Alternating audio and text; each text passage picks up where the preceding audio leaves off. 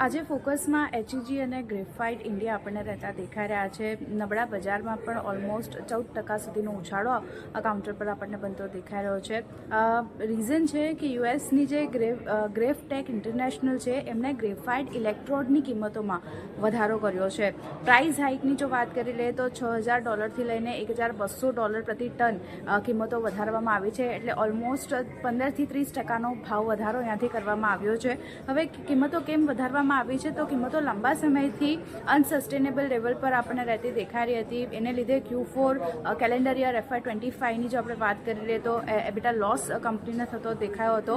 Raw material જેવા કે crude છે, લિંક નીડલ કોક છે, એની કિંમતોમાં એક રો મટીરિયલની કિંમતોમાં વધારો થતો દેખાયો હતો. એને લીધે ભાવ વધારો અહીંયાથી કરવામાં આવ્યો છે. અને બીજું એક મોટું કારણ જે ભૌગોલિક તણાવ અત્યારે ચાલી રહ્યા છે એની અસર પણ આપણને અહીંયા બનતી દેખાઈ રહી હતી. તો આ બધા કારણોના લીધે અહીંયાથી ભાવ વધારો કરવામાં આવ્યો છે.